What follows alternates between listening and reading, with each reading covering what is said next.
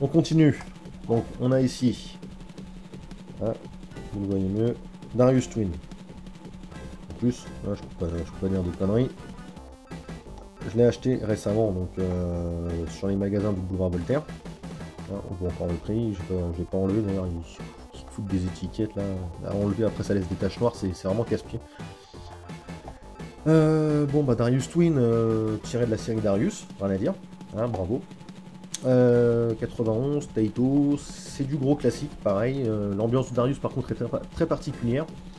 C'est ce qui en fait c'est ce qui fait son sel en fait à cette série, avec un univers aquatique assez développé, notamment donc, des ennemis en forme de poissons et d'autres créatures aquatiques. Pareil, hein, j'en reviens au même point. Je ne suis pas encore un grand joueur de shoot. Je suis pas suffisamment expert pour. Je suis relativement profane sur ce domaine. Donc bon, je sais que c'est de la qualité, dans la mesure où toute la série de toute manière est relativement à un niveau de qualité relativement élevé. J'attends de le jouer plus, d'approfondir pour pouvoir m'exprimer un peu plus sur le sujet. Mais ça ne saurait tarder.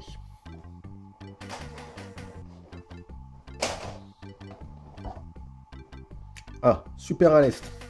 Alors ça donc, bon je l'ai joué un petit peu celui-là par contre. Péchu, difficile. Donc c'est un shoot en fait à scrolling vertical. Donc de la série à l'Est, hein. Donc vous avez également Musha à l'Est sur Mega Drive, que je possède qui est là-bas. Il y a eu également Power à l'Est, il me semble, si je dis pas de bêtises, sur Master System. Donc c'est toute une série en fait, tout un univers qui s'est développé. Donc j'avais lu un petit, non, j'avais vu une vidéo donc de Wawa sur Back in Toys qui parle justement de à l'Est et de Musha à l'Est en compagnie d'un autre joueur dont je ne saurais vous citer le nom parce que je l'ai oublié certainement. Une bonne vidéo d'ailleurs, hein, j'en fais un compliment. Hein, donc il explique qu'en fait qu'à l'Est justement c'est tout un univers qui s'est développé. Allez voir cette vidéo, je vous encourage à aller voir la vidéo de Wawa sur Musha. Il a des explications qui sont plus claires que les miennes et plus approfondies surtout parce que bon il fait pas mal de recherches et il a des sources, des bonnes sources. Donc bon, moi ce que je peux en dire c'est que c'est un très bon shoot à scrolling vertical, difficile, faut s'accrocher, très solide. Puis bon bah voilà quoi, c'est à l'Est, hein, donc un shoot de compile. Donc un gage de qualité, hein, il n'y a pas de mystère. Donc voilà, super à l'Est. Ah Super EDF. Alors, Super EDF, bon bah, shoot à scrolling horizontal. Shoot à scrolling horizontal de chez Jaleco. Qu'est-ce que je peux en dire? Pas grand chose. Pourquoi? Parce que je n'ai pas encore beaucoup joué. Mais je l'ai, il est là. Donc c'est à faire, pareil, à approfondir. Alors, on poursuit avec Donkey Kong Country 2. Si je dis pas de bêtises, le sous-titre c'est Diddy's Kong Quest chez nous. Ah, là c'est pas forcément marqué. Donc la suite directe de Donkey Kong Country premier du nom. Donc une réalisation aux petits oignons, hein, c'est Rare qui l'a fait, sorti en 95. Il n'y a pas eu énormément d'intervalle entre les deux Donkey Kong, enfin les deux premiers. Donc vous dirigez, comme sur la jaquette, hein, Diddy Kong et Dixie, qui est un lien de parenté, donc toute la famille Kong en fait. Donc action plateforme très solide, très bien réalisée, vraiment une réalisation sensationnelle. Bon bah c'est rare quoi, c'est vraiment dans la veine du premier. Vous parcouriez les différents niveaux, donc à la recherche je crois de Donkey qui se fait enlever ou des trucs comme ça, je ne sais plus vraiment. Gros jeu, hein, gros titre de la SNES, action plateforme, mais il est vraiment dans le. C'est la crème, il fait partie de la crème de ces jeux, hein, de la SNES. L'action plateforme, parce qu'on a eu un paquet sur SNES et pas mal de bousins, hein, qu'on verra tout à l'heure. Non, c'est du gros, c'est du lourd, c'est vraiment, vous pouvez y aller sans problème, hein, en plus, normalement, il est plus trop, enfin, pas trop cher celui-là. Donc voilà, et si je dis pas de bêtises, tiens, je vois les symboles et juste là, donc je crois que c'est Dixie, enfin Diddy et Dixie, champion de la traduction.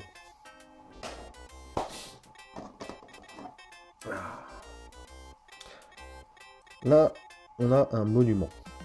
Donc je m'entends Zelda 3 ou A Link to the Past. Celui-ci, c'est vraiment un jeu culte, cultissime, encore donc beaucoup. Enfin, les fans de Zelda sont partagés pour la plupart. Certains c'est Ocarina of Time, d'autres c'est celui-ci. Moi, c'est celui-ci, hein, sans concession. Vraiment, pour moi, c'est Zelda 3 A Link to the Past. Alors dans la chronologie, il s'inscrit, je sais plus s'il s'inscrit, enfin dans la chronologie Zelda qui est complètement alambiquée et tirée par les cheveux. Celui-ci s'inscrit, je crois, comme étant le dernier ou le premier, enfin non, il est à un embranchement, c'est-à-dire qu'en fait, à partir de celui-ci, vous embrayez donc sur la, soit sur le côté Wind Waker, soit du côté Ocarina, il me semble. Enfin, il y a un délire comme ça. Il est vraiment à la croisée de différentes sagas Zelda, on va dire. Donc d'un côté Ocarina of Time et Majora's Mask, de l'autre côté Wind Waker et je ne sais plus quoi. Et sa suite. Mais celui-ci en lui-même, je veux dire, pris en tant que tel, c'est vraiment du Zelda. C'est la quintessence de Zelda. Je veux dire, graphiquement, même au niveau du cheminement dans les donjons. Tout est travaillé, tout est maîtrisé de bout en bout, ce jeu est vraiment exceptionnel. Vous commenciez, donc je me souviens, votre personnage Link se réveillait en pleine nuit, affolé, voyant son oncle partir en lui disant écoute, reste là, reste dehors, moi là, il pleut dehors, enfin bon, c'est. Et puis Link qui part à la recherche de son oncle, vous le trouviez donc dans les catacombes, enfin dans les caves dans les donjons souterrains donc du château de Zelda, agonisant et vous transmettant son épée. Oh, c'était super. Donc voilà, et vous aviez surtout donc une jouabilité, enfin une durée de vie énorme dans la mesure où une fois que vous aviez délivré la princesse et affronté donc le sorcier Aganim, et bien vous renquilliez, vous partiez dans le Dark World, donc le monde des ombres en fait, qui était en fait une représentation du monde de la lumière duquel vous êtes issu, mais complètement différent, c'est-à-dire que voilà, tout est sombre, il y a des méchants partout, des ennemis beaucoup plus puissants, enfin. Non, il était. Ce jeu est sensationnel, il est vraiment magique. Bon, je développe pas assez, hein, c'est sûr, il y a tellement à dire sur ce jeu. En quelques minutes, c'est pas faisable. Mais Zelda 3, voilà. De toute façon, j'apprends rien à personne. C'est une boucherie. C'est vraiment du culte, ce jeu, culte. Donc, bah voilà, je les ai pas fait dans l'ordre. Bah non, parce qu'en fait, bon, voilà, ils sont pas classés dans l'ordre, mes titres. Donc là, on a Donkey Kong 3. Alors, je ne saurais pas vous dire le sous-titre, c'est un jeu que je n'ai pas fait. Hein, je vous le dis franchement, je ne l'ai pas encore fait. J'ai pas pris le temps de le faire, j'ai vraiment trop de titres en cours. Mais de ce que j'ai pu en voir, notamment dans les long plays d'autres joueurs et en vidéo, c'est un titre qui a une réalisation encore plus poussée que celle du Donkey Kong Country 2. Il est sorti très tard hein, sur la console, hein. D'ailleurs on le voit ici, c'est sorti en 96. Donc en 96, vous aviez déjà quand même la PlayStation, la Saturn. Voilà, vous avez quand même des grosses bécanes qui étaient sorties. Des jeux avec des réalisations, je pense à Crash Bandicoot, un jeu de plateforme entièrement en 3D, enfin en 3D, ouais, en 3D mais sur un plan unique. Vous aviez quand même des gros titres qui sortaient. Et on sortait encore des titres sur Super NES, notamment celui-ci qui a une réalisation complètement délirante. Après, c'est la même chose que les autres, c'est du gros classique il me semble, de ce que j'ai pu en voir sur les long play, hein. Je ne l'ai pas encore fait, je le précise.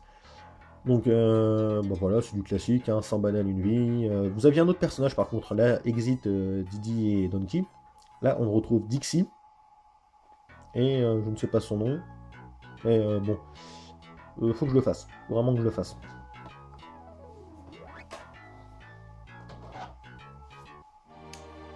Ah, alors là, c'est pour moi un jeu de cœur. Mais vraiment. Super Metroid. Alors déjà, je suis fan de la série, fan de Metroid. Sauf bien sûr, enfin, bien sûr, entre guillemets, bien sûr. Sauf du Metroid Other M que j'ai trouvé un peu fadasse et de fil blanc et puis très convenu. Le Super Metroid, c'est pour moi, hein, j'entends vraiment le meilleur de la série. Le plus complet. Celui qui propose un gameplay plus ouvert que les autres. Il n'y a qu'à voir d'ailleurs les vidéos de speedrun qui sont faites sur Super Metroid et ce qu'il est possible de faire avec ce jeu. C'est de l'exploration, c'est une ambiance, c'est une musique, c'est un personnage d'ailleurs, Samus. Non, ce jeu, il est absolument exceptionnel. C'est vraiment le point de départ de tout ce qui sera par la suite ce qu'on nommera les entre guillemets Vania. Donc que ce soit les Metroidvania, enfin les Metroid tout court en fait, ou les Castlevania à l'avenir qui deviendront des relatifs Metroidvania à partir de Symphony of the Night. Le Metroid est vraiment... ce jeu il est absolument exceptionnel. Vraiment c'est un exploit. C'est... Rien que le début, l'intro du jeu, quand vous voyez donc Samus relater ses exploits sur la planète SR388, quand elle va combattre donc les Metroid sur leur planète. Donc c'est Metroid 2, hein, c'est les événements de Metroid 2 sur Game Boy. Donc le passage en noir et blanc, elle explique bien. Elle est tombée sur la dernière larve de Metroid, elle a eu de la peine, elle l'a prise en pitié. Elle l'a confiée donc aux chercheurs qui pouvaient en tirer une source d'énergie viable pour les humains. Elle s'en va de la station spatiale où sont logés les chercheurs. Cette dernière émet un signal de détresse, ils sont attaqués par les pirates, vous revenez en urgence, vous tombez sur Ridley, et là, ça, donc voilà, vous tombez sur Ridley qui enlève devant vous cette larve de Metroid pour la remettre aux pirates de l'espace. La station qui lance son processus d'autodestruction, vous avez 1 minute pour vous enfuir. Et ça, c'est rien que l'intro. Ça, c'est juste l'intro du jeu. C'est absolument démentiel. C'est un film. Ce jeu, c'est le précurseur de ce qui sera par la suite, qui deviendra les cinématiques. Enfin, je veux dire, ce jeu, il vous fout dans une ambiance dès le départ. Il vous prend, il vous happe complètement. Pour, une fois que vous l'avez parcouru en entier et que vous arrivez donc à la fin, que vous terminez, vous en ressortez complètement. Vous avez vraiment vécu une expérience, quoi. C'est... Non, Super Metroid, il est... Donc voilà, le personnage de Samus, grand classique après. Hein. Vous commencez donc sans quasiment aucun de vos pouvoirs, si ce n'est le tir. Donc le premier pouvoir que vous acquérez, je pense que ça se dit comme ça, le Morph Ball, donc le fait de vous transformer en boule pour passer donc dans les passages étroits, les tunnels et autres. Et puis là, après, c'est l'ouverture à toutes les possibilités. Vous enchaînez avec le rayon concentré, avec le grappin, avec le double saut, et puis là, vous redécouvrez entre guillemets le jeu. C'est-à-dire que vous accédez à des passages auxquels vous n'aviez pas accès au départ, sans par exemple le double saut ou le Morph Ball. Et puis là, vous découvrez donc, voilà, vous gonflez votre barre de vie avec des énergies tank. Vous améliorez votre puissance de feu au moyen de missiles, au moyen de rayons concentrés, de différents rayons, notamment le rayon de glace qui vous permet de geler vos amis pour sauter plus haut. Non, ce jeu il est absolument exceptionnel. C'est vraiment un de mes jeux. Moi je le dis, c'est un de mes jeux préférés de tous les temps. C'est Super Metroid, je ne me lasserai jamais de le refaire. Voilà, donc ça, pareil, c'est un cadeau de mon ami qui me l'a offert donc en boîte notice, donc ça c'est juste la cartouche que j'ai sortie. À savoir qu'en Jap, il propose donc les deux textes, anglais et texte japonais. La version française propose le texte anglais et français, mais par contre, en revanche, 50 Hz oblige. Voilà, donc Super Metroid, il est exceptionnel ce jeu.